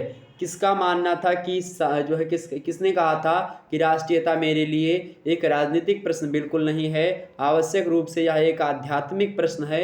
यह कथन कहने वाले विद्वान कौन है भैया, इसको कहा था जिम्मरमैन ने, यानी कि जिमर्न ने। ऑप्शन नंबर इसका बी करेक्ट होगा, जिमर्न। ओके, अगला प्रश्न आप देखिएगा, किसका मानना था कि सामान्य सांस्कृतिक परंपराएं तथा इतिहास राष्ट्रीयता के एकमात्र आवश्यक तथा अपरिहार्य तत्व हैं, बताएं। बेंथम ने कहा था, हॉब्स ने कहा था, जे.एस. मिल ने कहा था, या फिर एम.एन. राय ने कहा था। किसने कहा था, फटाफट से बताने का प्रयास करेंगे। सामान्य सांस्कृतिक परंपराएं तथा इतिहास राष्ट्रीयता के एकमात्र आवश्यक तथा अपरिहार्य तत्व हैं, इसको कहा था किसने, जे.एस. मिल ने कहा था। ऑप्शन नंबर इसका सी करेक्ट होगा, JS. Mill is right answer. अगला प्रश्न आप देखिएगा, अगला प्रश्न आपकी स्क्रीन पर विजुअल हो पा रहा है। निम्नलिखित में से कौन प्रजातीय राष्ट्रवाद का लक्षण नहीं है, निम्नलिखित में से कौन प्रजातीय राष्ट्रवाद का लक्षण नहीं भाई, कौन प्रजातीय जो है राष्ट्रवाद का लक्षण नहीं है, फटाफट से बताने का प्रयास करेंगे। 8वें करेक्ट आंसर क्या होगा, तो भाई सभी छोटे बड़े प्रजातीय समूहों में एकता राष्ट्रवाद का लक्षण है। जातीय पहचान का आधार ये भी राष्ट्रवाद का लक्षण है। जातीय आधार पर स्वतंत्रता की मांग ये भी है, ये भी है, ये तीनों है। जबकि जातीय संघर्ष की संभावना ये राष्ट्रवाद का लक्षण नहीं है। ओके, आप देखिएगा ऑप्शन नंबर इसका डी करेक्ट होगा, D option is right answer in this question. Okay, यही लक्षण नहीं है राष्ट्रवाद का। अगला प्रश्न देखिएगा, किसने राष्ट्रवाद को एक समूची जाति का संगठित स्वार्थ की संज्ञा दी है, बताएं। राष्ट्रवाद को किसने यहाँ तक कह दिया, राष्ट्रवाद को किसने कहा कि यह एक समूची जाति का संगठित स्वार्थ है, बताएं। किसने राष्ट्रवाद को एक समूची जाति का संगठित स्वार्थ की संज्ञा दी है, किसने दिया है, रविन्द्रनाथ टैगोर, बाल गंगाधर तिलक, विवेकानंद या अरविंद घोष। किसने कहा, तो इसको कहने वाले विद्वान है रविन्द्रनाथ टैगोर जी। किसने कहा, रविन्द्रनाथ टैगोर। ऑप्शन नंबर इसका ए करेक्ट होगा। ओके, अगला प्रश्न देखिएगा, अगला प्रश्न आपके समक्ष आ चुका है। प्रश्न देखेंगे सभी लोग, प्रश्न देखिएगा, किसने कहा था कि मेरे विचार से बिना राष्ट्रवादी बने हुए अंतर्राष्ट्रीयवादी होना असंभव है, अंतर्राष्ट्रीयवाद तभी संभव हो सकता है जबकि राष्ट्रवाद एक यथार्थ बन जाए, बताएं। जब राष्ट्रवाद एक यथार्थ बन जाए अंतर्राष्ट्रवाद की भावना तभी संभव है, ऐसा किसने कहा था। और मेरे विचार में बिना राष्ट्रवादी बने अंतर्राष्ट्रीयवादी होना दैट इज इम्पॉसिबल, संभव ही नहीं है, ऐसा मानने वाले जो विद्वान है वो महात्मा गांधी है। महात्मा गांधी कहते हैं कि सबसे पहले अगर आप राष्ट्रवादी नहीं बन पाएंगे तो अंतर्राष्ट्रवाद आपके अंदर नहीं आएगा, तब दूसरे देशों के बारे में आप नहीं सोच पाएंगे। पहले आप अपने देश के बारे में सोचेंगे, फिर आपकी विकास धारा डेवलप होगी। ऑप्शन नंबर इसका बी करेक्ट होगा। आगे देखते हैं अगला प्रश्न की ओर। अगला प्रश्न आपकी स्क्रीन पर देखिएगा, विजुअल हो पा रहा है, सभी लोग देख पा रहे होंगे। ये सारे के सारे प्रश्न बेहद ही महत्वपूर्ण है आपकी परीक्षा की दृष्टि से भी और एक प्रकार से जानकारी की दृष्टि से भी, ये बात ध्यान रखिएगा। एक पुस्तक है नेशनलिटी एंड गवर्नमेंट, इस पुस्तक के लेखक कौन है भाई, तो अल्फ्रेड जिमर्न है, मैंने आपको बताया। ओके, आधुनिक युग का प्रथम राष्ट्रवादी मैकियावेली, ध्यान रखिएगा दोनों प्रश्न। और लौह एवं रक्त की नीति का अनुसरण करने मतलब किसने किया था, तो बिस्मार्क ने। ये चीज़ें आप ध्यान रखिएगा, ये आपके परीक्षा की दृष्टि से बहुत ही महत्वपूर्ण चीज़ें हैं। ओके, ये बात ध्यान रखिएगा। नेशन शब्द की उत्पत्ति किस भाषा से हुई भाई, लैटिन भाषा से हुई है और नेशियो शब्द से हुई। ओके, ये बात भी ध्यान रखेंगे। 28 नंबर जो आपका चैप्टर होगा, 28वां चैप्टर, इसमें हम क्या पढ़ेंगे, भूमंडलीकरण यानी कि ग्लोबलाइजेशन यानी वैश्वीकरण जिसको कहते हैं। इसकी परिभाषा को देते हुए कहा गिडिंग्स ने कि भूमंडलीकरण विभिन्न देशों, संस्कृतियों एवं लोगों के मध्य सामाजिक, सांस्कृतिक एवं आर्थिक क्षेत्रों में बढ़ती हुई अंतर्निर्भरता जो होती है एवं पारस्परिकता जो होती है उसी की स्थिति होती है। जहाँ देश एवं काल की प्रासंगिकता समाप्त हो जाती है वही वैश्वीकरण की भावना उभरती है, यानी कि पूरे विश्व को एक प्रकार से एक राष्ट्र के ढांचे में समझ करके, विश्व को अपना एक देश समझ करके, राष्ट्र समझ करके उसकी भावना से प्रेरित होना। अगला प्रश्न है, निम्नलिखित में से कौन वैश्वीकरण का नकारात्मक परिणाम नहीं, बताएं। निम्नलिखित में से कौन वैश्वीकरण का नकारात्मक परिणाम नहीं है, पांचवें बताएं, फटाफट से बताने का प्रयास करें। करेक्ट आंसर क्या होगा, तो वैश्विक व्यापार में वृद्धि, यानी कौन वैश्वीकरण का नकारात्मक परिणाम नहीं है, नकारात्मक परिणाम वैश्विक व्यापार में वृद्धि, ये सकारात्मक परिणाम है। बाकी पर्यावरण प्रदूषण नकारात्मक प्रभाव, आर्थिक असमानता नकारात्मक, राज्यों के लोक कल्याणकारी कामों में कमी, ये भी नकारात्मक परिणाम है वैश्वीकरण के, जबकि वैश्विक व्यापार में वृद्धि करेंगे तो ये सकारात्मक प्रभाव डालेगा किस पर, वैश्वीकरण पर। अगला प्रश्न देखिएगा, निम्नलिखित में से कौन वैश्वीकरण की विचारधारा के अनुकूल नहीं है, बताएं।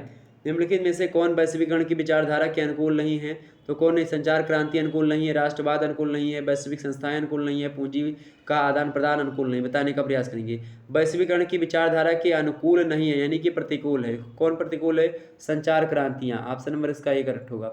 अगला प्रश्न देखिएगा, निम्नलिखित में से कौन वैश्वीकरण के राजनीतिक आयाम में शामिल नहीं, बताने का प्रयास करेंगे।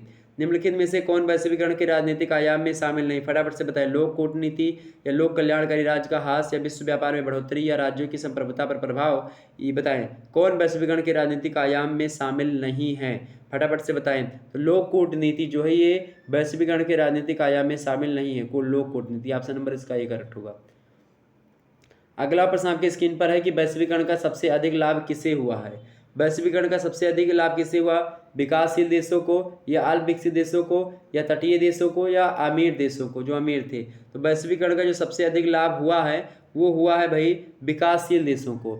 वैश्वीकरण का सबसे बड़ा लाभ हुआ है विकासशील देशों को। ओके, ये बात ध्यान रखिएगा। ऑप्शन नंबर इसका ए करेक्ट होगा, क्योंकि जो विकासशील देश हैं वो लगातार विकास कर रहे हैं। ऐसे में विश्व वैश्वीकरण की जो विचारधारा है उसमें अगर मान लेते हैं उसके पास पैसे की कमी हो गई या कुछ चीज़ की कमी हो गई उस देश के पास जो कि अभी विकास कर रहा है, तो विकसित देश जो होते हैं वो दे देते हैं। तो इस प्रकार चीज़ें। ओके, ऑप्शन नंबर इसका ए करेक्ट होगा। अगला प्रश्न है, कौन सी राजनीतिक विचारधारा वैश्वीकरण की पोषक है, बताएं। कौन सी राजनीतिक विचारधारा वैश्वीकरण की पोषक है, यानी वैश्वीकरण को सपोर्ट करती है। नव उदारवाद, समाजवाद, मार्क्सवाद या साम्यवाद, बताएं।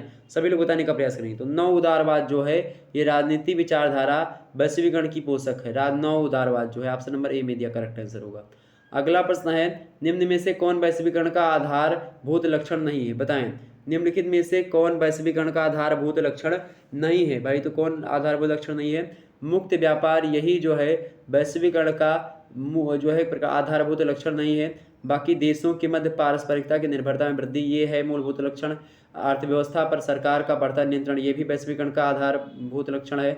और बाजारू प्रतियोगिता, ये भी है। ये बी, डी और सी वाले तीनों हैं। मुक्त व्यापार जो है ये बाजारवाद यानी वैश्वीकरण का आधारभूत लक्षण नहीं है। तो ऑप्शन नंबर से ही करेक्ट होगा। अगला प्रश्न जो आपका आ रहा है, ये प्रश्न आपका आ रहा है, ये अगला चैप्टर है आपका। कौन सा चैप्टर है भाई, अगला चैप्टर है 29 नंबर चैप्टर।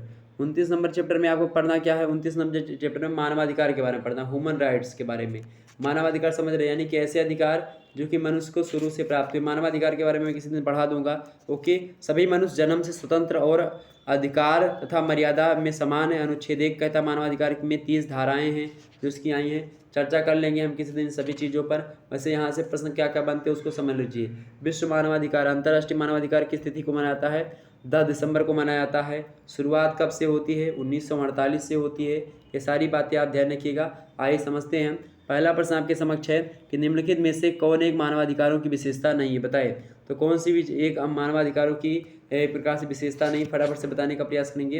तो जो है राज्य द्वारा प्रदत्त, ये मानवाधिकार राज्य के द्वारा नहीं दिए जाते हैं। ये मानवाधिकार सार्वभौमिक होते हैं, यूनिवर्सल, सभी को समान रूप से मिलते हैं। आद्यता इसको कोई देता नहीं है, प्रकृति के द्वारा मिलते हैं, जन्म से ही प्राप्त होते हैं। ये सब इसकी विशेषता है। राज्य द्वारा प्रदत्त ये इसकी विशेषता नहीं है। ऑप्शन नंबर इसका डी करेक्ट होगा।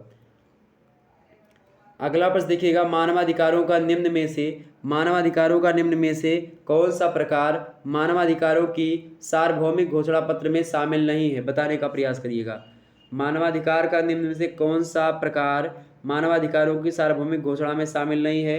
राजनीतिक व नागरिक अधिकार या आर्थिक अधिकार या नैतिक अधिकार या समाज व सांस्कृतिक अधिकार, फटाफट से बताने का प्रयास करेंगे। करेक्ट आंसर जो होगा आपका ऑप्शन नंबर सी, नैतिक अधिकार जो है ये नहीं शामिल है। ऑप्शन नंबर इसका सी करेक्ट होगा। ओके, अगला प्रश्न देखिएगा, संयुक्त राष्ट्र मानवाधिकार परिषद किस वर्ष अस्तित्व में आई। संयुक्त राष्ट्र मानवाधिकार परिषद जो है ये किस वर्ष अस्तित्व में आई भैया। तो ये आई थी, आपको मैं बता दूं 2006 में जो है 2006 में संयुक्त राष्ट्र मानवाधिकार परिषद अस्तित्व में आई। संयुक्त राष्ट्र मानवाधिकार परिषद ये 2006 के आसपास आई। ओके, मानवाधिकार परिषद की स्थापना किस वर्ष की गई, 2006 में की गई। ओके, संयुक्त राष्ट्र महासभा पर बच्चों के मानवाधिकार की रक्षा के लिए अलग कानून का निर्माण कब किया गया था, 1989 में ही कर दिया गया था। ओके, ये बात भी ध्यान रखिएगा। अगला प्रश्न देखिएगा, अगला प्रश्न आपके समक्ष आ चुका है कि मानवाधिकारों की सार्वभौमिक घोषणा संयुक्त राष्ट्र के द्वारा किस वर्ष स्वीकृत की गई। जो घोषणा की गई जिसमें अनुच्छेद बताए गए 30 के आसपास लगभग, तो वो कब किया गया। मानवाधिकारों की सार्वभौमिक घोषणा संयुक्त राष्ट्र द्वारा किस वर्ष स्वीकृत की गई भैया, किस वर्ष की गई थी, तो 1948 में की गई थी। 10 दिसंबर का दिन था, इसीलिए 10 दिसंबर को विश्व मानवाधिकार दिवस के रूप में मनाया जाता है। 10 दिसंबर को, ओके। अंतर्राष्ट्रीय मानवाधिकार दिवस किस तिथि को, 10 दिसंबर को, क्योंकि इसी दिन क्या हुआ था, ये घोषणा संयुक्त रूप से इसी वर्ष की गई थी। अगला प्रश्न देखिएगा, मानवाधिकारों के प्राकृतिक अधिकार का प्रबल समर्थक कौन था, बताएं। मानवाधिकार के प्राकृतिक अधिकारों का प्रबल समर्थक कौन था, जॉन लॉक या फिर हीगल या मार्क्स या बेंथम, फटाफट से बताने का प्रयास करेंगे। तो करेक्ट आंसर क्या होगा, बिल्कुल जॉन लॉक जो थे मानवाधिकार के प्रबल समर्थक रहे हैं। ऑप्शन नंबर ए में दिए करेक्ट आंसर होंगे। अगला प्रश्न आप देखिए, तो मानवाधिकार से कुछ प्रश्न जो कि मैंने आपके समक्ष रखे थे। आगे देखते हैं, अगला चैप्टर आपका आ रहा है। अगला चैप्टर कौन सा भाई, अगला चैप्टर आपका आ रहा है। तो मानवाधिकार से ऐसे ही प्रश्न पूछा जाएगा, स्थापना वगैरह कब हुई, यही सब पूछा जाएगा बस, ओके। ये बात ध्यान रखिएगा। अंतर्राष्ट्रीय मानवाधिकार संस्था जो एमनेस्टी इंटरनेशनल है, इसका मुख्यालय कहाँ पर है, इसका मुख्यालय आपका कहाँ पर है भाई, लंदन में अंतर्राष्ट्रीय मानवाधिकार संस्था का मुख्यालय स्थित है, ओके। ये सब ध्यान रखिएगा। तीसरा नंबर जो प्रश्न आपका, तीसरा जो चैप्टर है वो है नारीवाद, यानी कि फेमिनिज्म। ये भी आपको पढ़ना है नारीवाद के बारे में। नारीवाद की बात की जाए, नारीवाद पुरुष की सामंती मानसिकता और पुरुषवाद के विरुद्ध एक विद्रोह, एक आंदोलन है नारीवाद, ओके। नारीवाद समानता अगर बात की तो वह विचारधारा होती है या एक प्रकार का आंदोलन होता है, एक ऐसा आंदोलन है जिसका उद्देश्य जीवन के प्रत्येक क्षेत्र में महिलाओं को पुरुषों के बराबर स्थान प्राप्त हो, इस प्रकार का एक आंदोलन नारीवाद कहलाता है, ओके। हम चर्चा करेंगे सभी चीज़ों के बारे में, हम बताने का प्रयास करेंगे। आइए हम प्रश्नों के बारे में समझ लेते हैं कि प्रश्नों के उत्तर कैसे कैसे आपकी परीक्षा में, मतलब कि प्रश्न कैसे कैसे आएंगे यहाँ से ऑब्जेक्टिव टाइप का, ओके। बताएं, सभी लोग बताने का प्रयास करेंगे। उग्रवादी नारीवाद के दो प्रबल समर्थकों के नाम बताओ भाई। एलिस वॉकर और कैथरीन मैकनान, ये उग्र नारीवाद के दो समर्थक हैं, ओके। ध्यान रखिए। प्रश्न पहला है, संयुक्त राष्ट्र के द्वारा महिलाओं के मानवाधिकार के लिए अलग से कानून किस वर्ष पारित किया गया। तो अलग से कानून जो बनाया गया था किस वर्ष पारित किया गया था भैया, वो पारित किया गया था आपका 1979 ईस्वी में, 1979 ईस्वी 1979 में। ऑप्शन नंबर इसका ए करेक्ट होगा। अगला प्रश्न देखिएगा, द सेकंड सेक्स नामक पुस्तक के लेखक कौन है। द सेकंड सेक्स पुस्तक के लेखक कौन है, फटाफट से बताने का प्रयास करेंगे। तो इस पुस्तक के लेखक कौन है, इस पुस्तक को लिखा है सिमोन दी बोवा ने। किसने लिखा है, सिमोन दी बोवा ने लिखा है। कौन सी पुस्तक, the second sex, okay. Option B correct answer होगा। अगला प्रश्न, किसने कहा था कि अपने ऊपर, अपने शरीर, मस्तिष्क और आत्मा पर व्यक्ति संप्रभु है। ये कथन इससे पहले भी मैंने अभी बताया, बताओ इसको और थोड़ा सा और उसको करके किसने बताया। अपने ऊपर प्रश्न क्या है, प्रश्न आप देखिएगा, प्रश्न मैंने अभी भी इसको बताया था कि अपने ऊपर, अपने शरीर के ऊपर, अपने मस्तिष्क की और अपनी आत्मा पर व्यक्ति क्या है, संप्रभु होता है। इसको कहा था जे.एस. मिल ने, कहा था ना स्वतंत्रता संबंधी विचार में। ऑप्शन नंबर इसका सी करेक्ट होगा।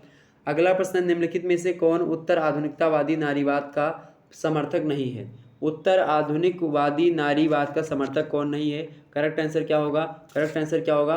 तो भाई इसमें देखिएगा जो है जूथिट बटलर जो हैं ये हैं उत्तर आधुनिकवादी नारीवाद के समर्थक। कारेन बराड भी हैं और एलिजाबेथ एंडरसन भी हैं, जबकि हैरियट एलर जो हैं ये नहीं। ऑप्शन नंबर इसका डी करेक्ट होगा।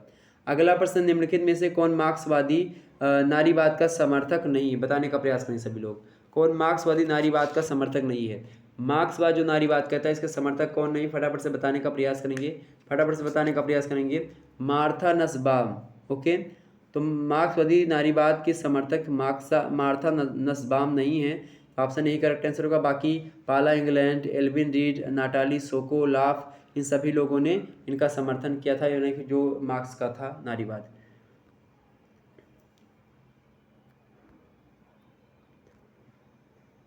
अगला प्रश्न आप देखिएगा सभी लोग,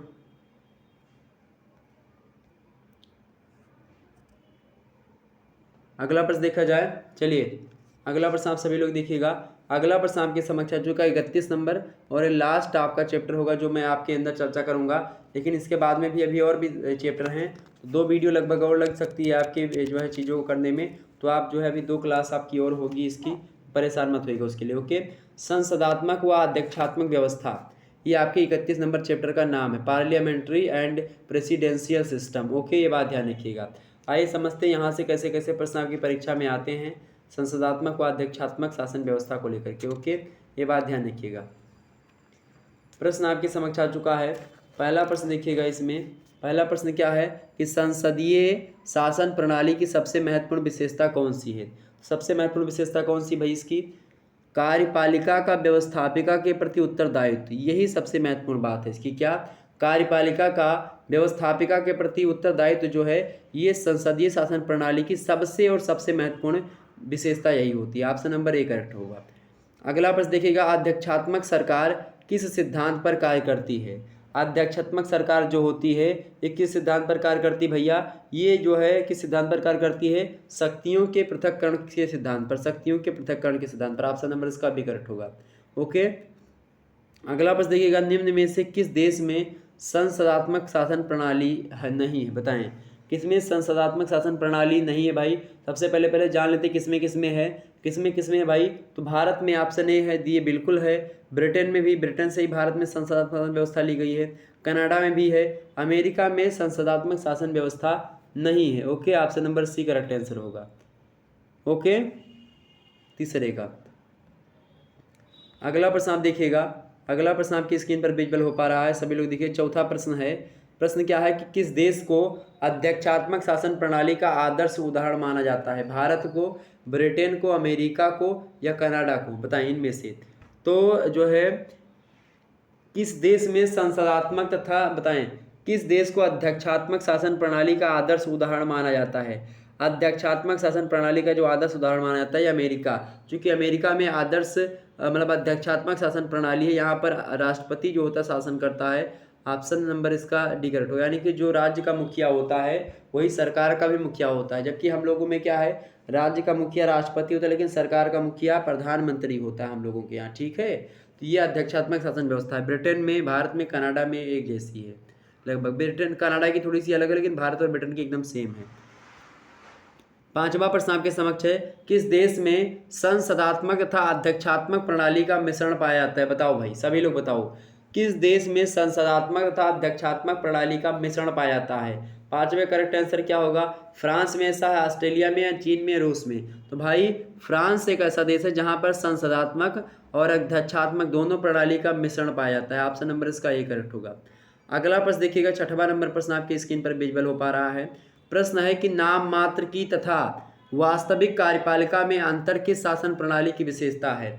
नाम मात्र की तथा वास्तविक कार्यपालिका में अंतर किस शासन प्रणाली की विशेषता भैया? तो ये है संसदात्मक शासन प्रणाली की विशेषता। इसमें क्या होता है, नाम मात्र की वास्तविक कार्यपालिका में अंतर जो होता है। ऑप्शन नंबर इसका बी करेक्ट होगा, संसदात्मक शासन प्रणाली में। अगला प्रश्न है, 7वां नंबर प्रश्न देखेंगे, निम्नलिखित में से कौन संसदात्मक प्रणाली का दोष नहीं है। एक बार जितने भी लोग देख रहे हो फटाफट से वीडियो को लाइक और शेयर कर दीजिएगा। जितने भी लोग देख रहे हो एक बार लाइक करिएगा, सभी लोग लाइक करेंगे भाई। इतने लोग देख रहे हो, लाइक वगैरह तो बहुत कम मात्रा में आप कर रहे हो, सभी लोग लाइक कर दीजिए। कटौती ना करो यार भाई, बिल्कुल कटौती ना करो, शेयर करो, लाइक करो, सभी दोस्तों से जो है वीडियो देखो। प्लेलिस्ट में सारी वीडियोस आपको मिल जाएंगी हमारे। ओके, बाकी जिनका पेपर जो है लगा हुआ है उसका फर्स्ट ईयर एंड क्या बोलते हैं उसको, फर्स्ट ईयर एंड हेल्थ वाला, उसके लिए मैंने ऑलरेडी वीडियो तमाम सारी बना रखी है। उनमें से आपके देखिएगा बहुत सारे प्रश्न आएंगे। आज सिद्धार्थ यूनिवर्सिटी का पेपर भी था, शायद जो है 11 को कानपुर विश्वविद्यालय का पेपर है। आप देखिएगा, बहुत सारे वीडियो अवेलेबल है, उनको देख लीजिएगा सभी लोग। ओके, निम्नलिखित में से कौन संसदात्मक प्रणाली का दोष नहीं है, फटाफट से बताएं कौन सा दोष नहीं भाई इनमें से। सबसे पहले बस जानिए कौन सा दोष है। ओके, संसदात्मक शासन प्रणाली का दोष ये है कि क्या है, अयोग्य व्यक्तियों का शासन होता है, इसमें कार्यपालिका की अस्थिरता हो जाती है। ओके, और दलीय तानाशाही का भय रहता है। ये सब दोष इसके हैं। ओके, दलों की निष्क्रियता, यही इसकी संसदात्मक प्रणाली का दोष नहीं है। सत्वेगा C option is right answer, C correct होगा। Okay, C option is right answer. अगला प्रश्न देखिएगा, 8वां नंबर प्रश्न है, सरकार के कार्यकाल की निश्चितता के शासन प्रणाली की विशेषता है। फटाफट से बताने का प्रयास करिएगा। प्रश्न है कि सरकार के कार्यकाल की निश्चितता की शासन प्रणाली की विशेषता है। तो किस शासन प्रणाली की विशेषता भैया, किस शासन प्रणाली की विशेषता है? तो ये है अध्यक्षात्मक शासन प्रणाली की विशेषता। सरकार के कार्यकाल की निश्चितता अध्यक्षात्मक शासन प्रणाली की विशेषता है। अगला प्रश्न देखिएगा, 9वां नंबर प्रश्न है, निम्नलिखित में से कौन एक अध्यक्षात्मक शासन प्रणाली का गुणा नहीं है? बताएं कौन एक गुणा नहीं है, किसका गुण नहीं है? गुण नहीं है, गुणा बोल दिया। कौन एक अध्यक्षात्मक शासन प्रणाली का गुण इनमें से कौन सा एक नहीं है? तो करेक्ट आंसर आपका क्या होगा? चुनाव के बाद राजनीतिक दलों की सक्रियता, यही नहीं है ऑप्शन नंबर इसका एक करेक्ट होगा। यानी ये इसकी गुण नहीं है। बाकी कुशल व्यक्तियों का शासन होता है अध्यक्षात्मक शासन प्रणाली में, अस्थायी सरकार होती है, बहुदलीय प्रणाली के लिए उपयुक्त होता है। तो ये सब आपका ठीक है। बाकी चुनाव के बाद राजनीतिक दलों की सक्रियता जो है ये नहीं होती। अगला प्रश्न है 10वां नंबर, संसदात्मक प्रणाली का जनक किसे माना जाता है? मोस्ट इंपॉर्टेंट प्रश्न है। अमेरिका, भारत, ब्रिटेन या जर्मनी को? तो भाई सभी को पता होगा संसदात्मक शासन प्रणाली का जनक जो माना जाता है ब्रिटेन को माना जाता है। यहीं से ये ओपन भी ऑप्शन नंबर इसका भी है और यहीं से भारत के संविधान में हमारे लिया गया है। ओके, ये बात है। तो इस प्रकार से आपका ये जो है इस प्रकार से मैंने तमाम सारी चीज़ों को बता दिया। ये देखिएगा फर्स्ट एड एंड हेल्थ का एक कल लाइव हुई थी क्लास, इसको देख लीजिएगा। इसमें बहुत महत्वपूर्ण प्रश्नों पर चर्चा की गई है। बाकी और भी तमाम सारे वीडियो हमारे चैनल पर अवेलेबल, उन सभी को देख लीजिएगा। Second semester BA BSc BCom first aid and health को करिकुलर कोर्स जो है उसका टॉप 100 ऑब्जेक्टिव टाइप के प्रश्नों पर इसमें चर्चा की गई, आप लोग जरूर देख लीजिएगा। मोस्ट इंपॉर्टेंट इसमें प्रश्नों को बताया गया है। ओके, ये बात ध्यान रखिएगा। प्राचीन इतिहास का देख लीजिएगा जिनका पेपर लगा हुआ है, सेकंड सेमेस्टर का टॉप 100 क्वेश्चन बताए गए हैं। ये पहला भाग है, इसका सेकंड भाग जल्द ही आपको देने का प्रयास रहेगा।